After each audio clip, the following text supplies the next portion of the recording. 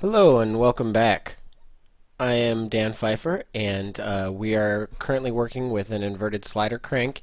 And in the previous part of this episode, we saw how to solve it using a system of equations in Mathcad 15. We're going to continue to work in the Mathcad 15 environment, but this time we're going to solve using some formulas from the text. Now, this is something that you obviously could do with your calculator, but the power of this is I can just change the variables and then it'll continue to output new solutions for any specific theta2 value that I'm given or any specific link lengths that I'm given. So this is our solution that we're going for. Ultimately, we want to know theta4 here. So if that's our goal, we have to look at what's inside of it. We have t, s, and u. Well, t is a function of p, u is a function of q and r. So first I have to define p, q, and r. Now, these are just images that I've pasted for my own visual aids, and I'm going to copy them as I put them down below so that I can take a look at. Now notice I pasted and it didn't show up, but you can see this little corner here. Sometimes what you have to do is, it's a little bit older program, so if you go away and then you come back, it shows up. I don't know, it's a bug in the program, just something that I've noticed. So let's go ahead and start defining things. We've talked about assignment variables here. So I'm going to use my assignment equivalency here. P equals A. Now if I want to use a trig function, I could use my toolbar here and then click the sign button. Oops. We would do sine of theta2. And then I just want to really quickly test out if I need the multiplication symbol in there or not. So P equals 0.551. And then if I put in the multiplication symbol, it does change that. So, because a sign would be a different function. So we do want to make sure that we're using the variable a, and then when in doubt, just put the extra multiplication in there is the moral of the story. So a sine of theta2, make sure I'm to the right to continue typing, times the sine of gamma. It's just faster for me to type, plus quantity. Now I'm going to use the left bracket, a times the cosine of bracket, or parentheses, excuse me, theta2, q, alt g, 0.2, minus d, close parentheses, times the cosine, when in doubt, undo. Control Z is undo. Times, actually, I think since there's already a parentheses there, I'm going to not need that. So I will just type cosine of gamma. Great. So we've defined P. Q is very similar looking, so what I'm going to do is I'm going to copy. I can select it with my mouse, or I can use the spacebar to select the section I want. And I'm going to push Control. Capital Q is that mess, but it's negative a sine, oops, negative a sine of theta2 times the cosine of gamma plus quantity a cosine theta2 minus d times the sine of gamma. And now I want to move everything down, so I can click and then hit enter. I want to move you down, so well, this is a picture, so it's easy to drag it wherever you want. And I want those closer together, so I can just click the line I want and then delete the extra spaces. Great. So those are pretty good, inline, professional looking. R then, oof, that's too high up. Now let's say I want to line those three up. I can do this, align, down, boom, all lined up. If you're type A like me, then you will appreciate that little feature, which is not in Mathcad Prime. I don't know why they didn't put that in, but again, some advantages and disadvantages of each program. And we're good. So we've defined those three. I don't need this picture anymore.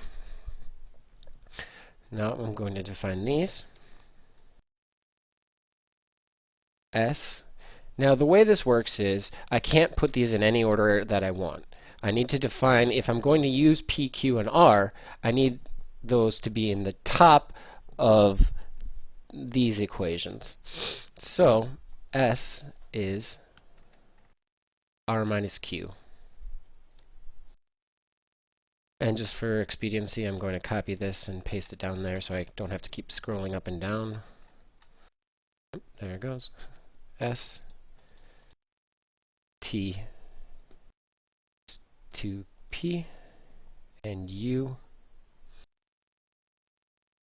Yeah, that's okay. We're not getting rid of units right now. We're not even worried about that. This is just telling me that I've assigned something that was an already assigned variable. Q plus R. Great. Whoop. Nope, don't want to do that. Let's space them out a little bit.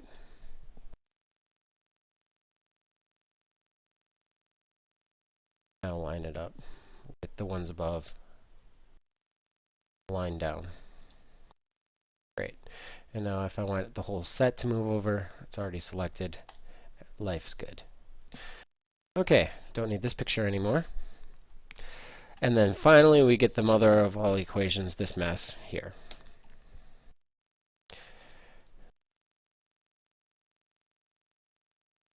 Alright, so there's a few things I need to do here. I'm going to purposefully just put it off, or I'll get it close.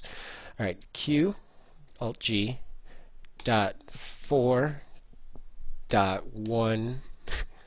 We're just going to get the first one first. And let's check to make sure that that did do what I wanted it to do, but it did not. But I'm going to know that this 4.1 here is going to be the top solution.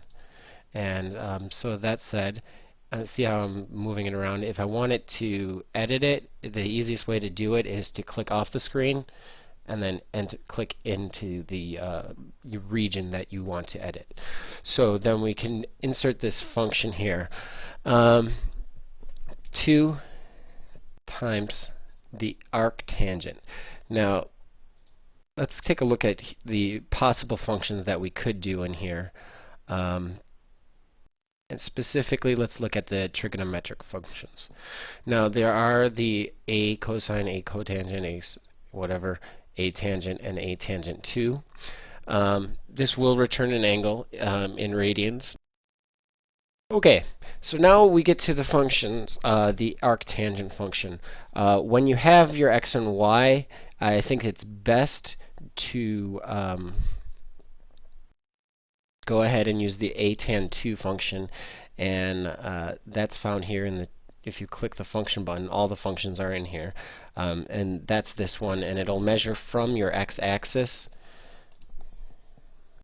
I'm making motions like you can see me, from your x-axis to wherever it ends up. Whereas this Atan will only give you a value between negative pi and pi.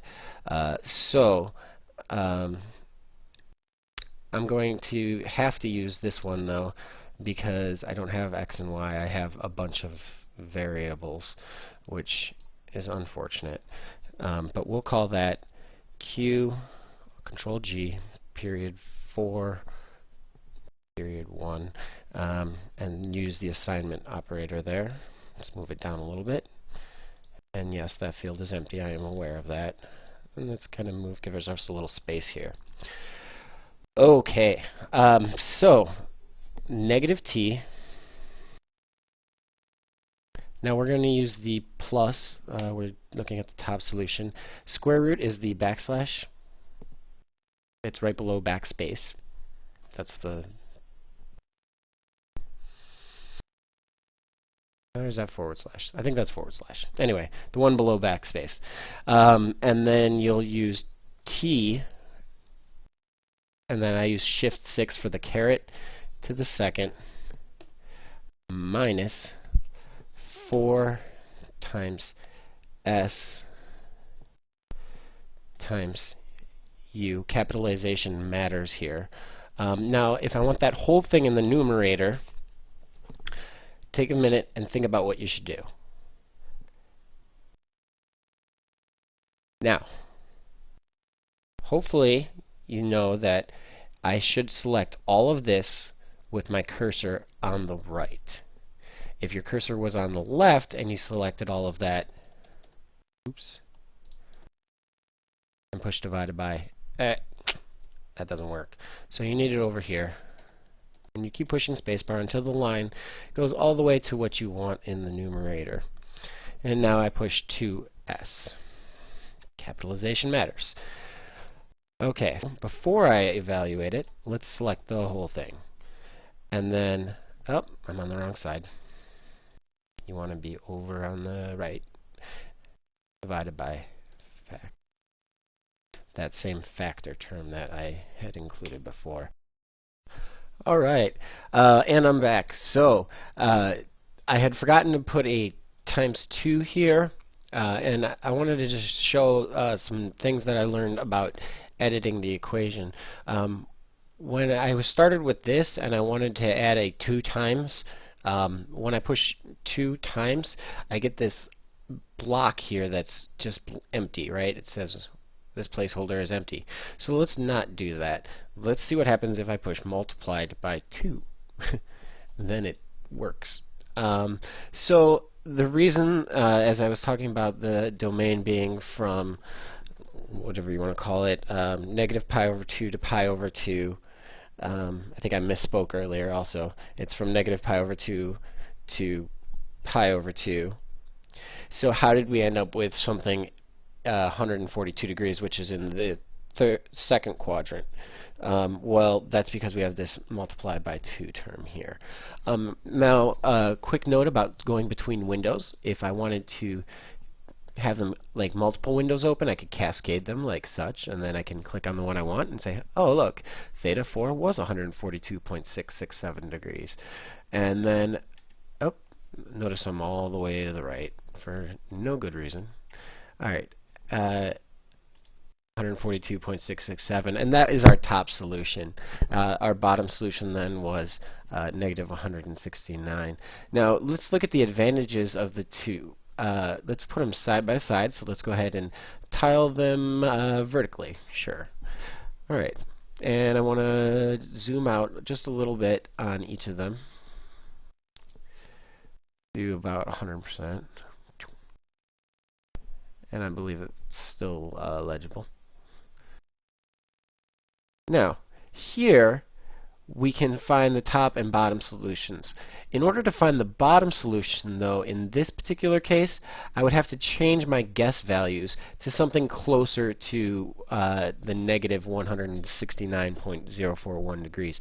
That's the advantage of doing it using the equations, is you can get outright just the correct answer. Here you have to fiddle with your guess values a little bit so that the computer converges to the correct solution. Alright, so we've successfully solved this problem in a couple different ways. I hope you enjoyed this, and there's some feedback. And yeah, that said, I'm going to use what little time we have left to just show some tips and tricks in bonus part 3, we'll call it. And great, thanks for watching, and I hope to hear from you.